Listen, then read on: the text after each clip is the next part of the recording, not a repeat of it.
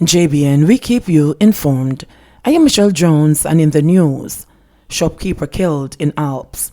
The community of Alps in Trelawney was plunged into mourning on Thursday night after gunmen shot and killed well-known shopkeeper and a taximan, 59-year-old Eroy Davey, at his shop in the district. According to police reports, about 7:45 p.m., 5 men posing as customers entered Davies' business establishment in Alps and ordered goods. They then opened gunfire, hitting him in the head. He reportedly died on the spot. No motive has been established for the killing. The Falmouth CIB are investigating. Family members described Davy as a friendly and a jovial person and are still in shock as to why he was killed. 5-year-old mauled by dogs flown overseas for surgery. The 5-year-old boy was mauled by dogs in St. Dacre, St. Anne on Sunday, has been flown overseas for emergency surgery. Michael Allen, who was bitten all over his body, left from the Sangster International Airport for New York on Friday afternoon. The surgical procedure will be conducted on Saturday at the Montefiore Hospital in New York. The emergency procedure has been facilitated by a group of Jamaicans. Andrew McGloon, a Jamaican living in the U.S., said a group of doctors at the hospital had offered to assist after hearing about the case. Mikhail needs urgent treatment in order to avoid a life-threatening infection. Mr. McGloon said the type of surgery required is currently unavailable in Jamaica. He said there had been some challenges in getting Mikhail and his mother, Shireen Grindley, to travel, as neither had a passport. However, he said his team contacted the authorities in Jamaica to secure emergency passports and visas for the mother and son. Vendor shot dead in front of his children at Coronation Market. A vendor was shot and killed in front of his 2 children inside the Coronation Market on Wednesday evening.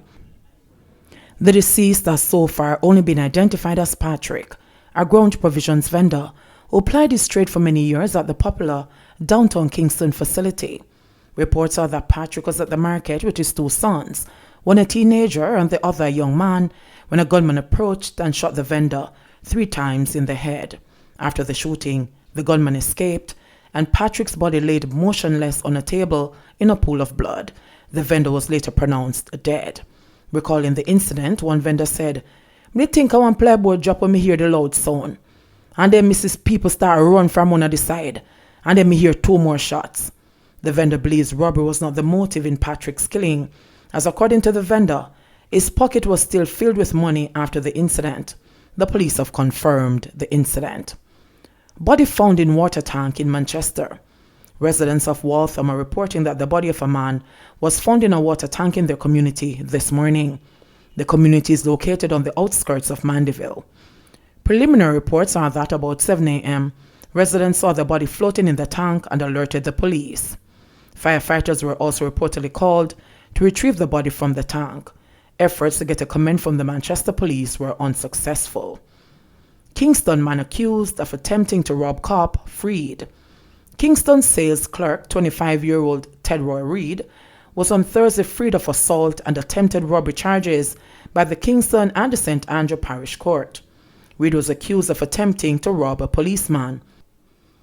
The police had testified that while waiting to board a bus at North Parade in downtown Kingston on October 7, 2015, the accused approached him from behind and demanded his smartphone, which he was using. The policeman further testified that he felt something hard pressing against the right side of his back and came to the conclusion that Reed had a gun or a knife while demands were being made to hand over his phone. The court was further told that a struggle ensued, resulting in the policeman pulling his service pistol, which he used to bring the situation under control. He then arrested Reed and took him to the nearby Central Police Station, where he made a report. At the trial, Reed's attorney, Peter Champagne QC, argued that his client did not attempt to rob the policeman, but simply tapped him on his back to ask him the time. Champagne suggested in cross-examination to the police that the location where the incident happened was a busy thoroughfare and that he had not heard what his client was asking. During the course of the trial, it was revealed that Reed neither had a gun nor any other weapon and sought to explain to the police upon his arrest that this was a genuine misunderstanding. At the end of the trial, The judge found the accused not guilty as a number of doubts were raised in the policeman's testimony. Peeping Tom landlords to be punished. Landlords who utilize technological devices, such as cameras, to spy on their tenants or invade their privacy could soon face sanctions when the Cybercrimes Act is amended. Director of Legal Reform in the Ministry of Justice, Maurice Bailey, told members of a joint select committee examining the sexual harassment bill on Friday that spying on tenants in other jurisdictions was a serious criminal offense. He said that the Cybercrimes Act was now being reviewed, and part of the concerns to be addressed include using technology to invade the privacy of tenants. His remarks come against the background of recommendations made by Director of the Rent Assessment Unit, Shanice Headlam, to strengthen the proposed sexual harassment law. Headlam told members of the committee that her unit had received reports from tenants who had been sexually harassed in various ways by their landlords. I had a client who came to my office and she was most distressed, and she said that her bulb was not working in her room and the landlord said he would fix the bulb. Headlam explained, adding that the landlord installed a camera in the bedroom of the tenant. She disclosed that the tenant discovered that a camera was placed in her room and reported the matter to the Rent Assessment Unit and subsequently the police. The Memorandum of Objectives and Reasons of the bill states that claims in respect of sexual harassment at institutions or within the landlord or tenant relationship are to be brought in the parish court acting in its civil jurisdiction. The Rent Assessment Unit wants the bill to set out clearly that sexual favors should not be requested or suggested in lieu of rent, bills, or repairs to the property. I can recall an incident where a landlord and a tenant had an arrangement to forego the rent that was owed by the tenant. The landlord and tenant agreed that the tenant would provide sexual favors, and after those were provided, the landlord still went ahead and sued the tenant at court for the rent that was owed, Headlam recounted. Headlam wants the legislation to stipulate that a landlord who has keys for his tenant's dwelling should not use it as an opportunity to enter the house in pursuit of sexual favors. Committee member Rhoda Crawford gave full support to a recommendation that the law should also include other institutions such as churches and sports clubs.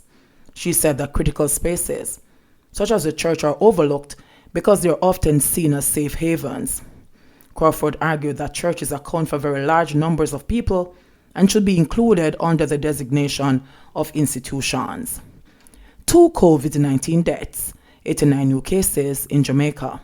Jamaica recorded 2 COVID-19 related deaths and 89 cases on Friday, according to the Ministry of Health and Wellness.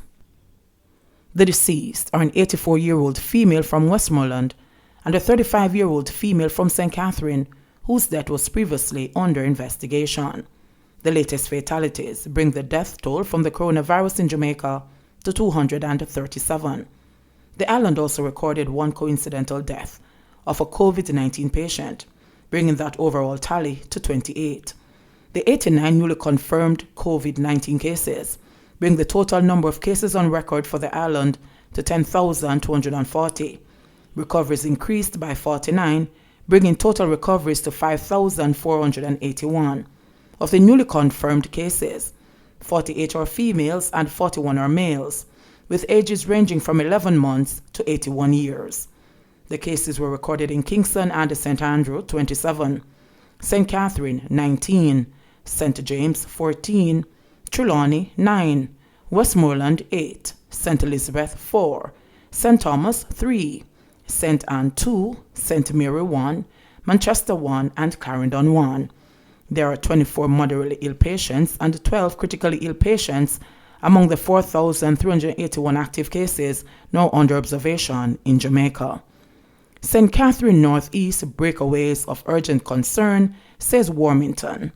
Government Minister Everald Warmington has said that while a complete overhaul is needed for some roads in St. Catherine Northeastern, where breakaways and potholes have multiplied due to recent rainfall, there is not enough funds available for such projects.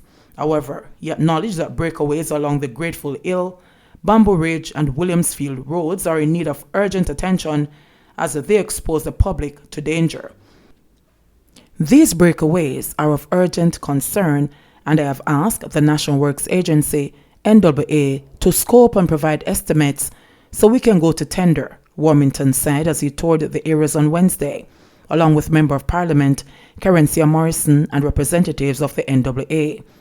The breakaways are very concerning as they are, and unless something is done, we're going to have a far worse situation to deal with, so we have to address them right away, stressed Warmington, who is the minister with a portfolio in the Ministry of Economic Growth and Job Creation with responsibility for works. St. Catherine Northeastern has been bedeviled by poor roads for many years, and Warmington could not give a pledge to wholesale rehabilitation despite the further deterioration since the recent heavy rains. As far as the road structure is concerned, it needs complete overhaul, and funds are not available to take on that project right now. However, patching will be done where necessary, he assured. NWA Communications Manager Stephen Shaw said that the agency has been instructed to look at where adjustments to designs are required and carry out further investigations in order to determine the cost to repair the breakaways.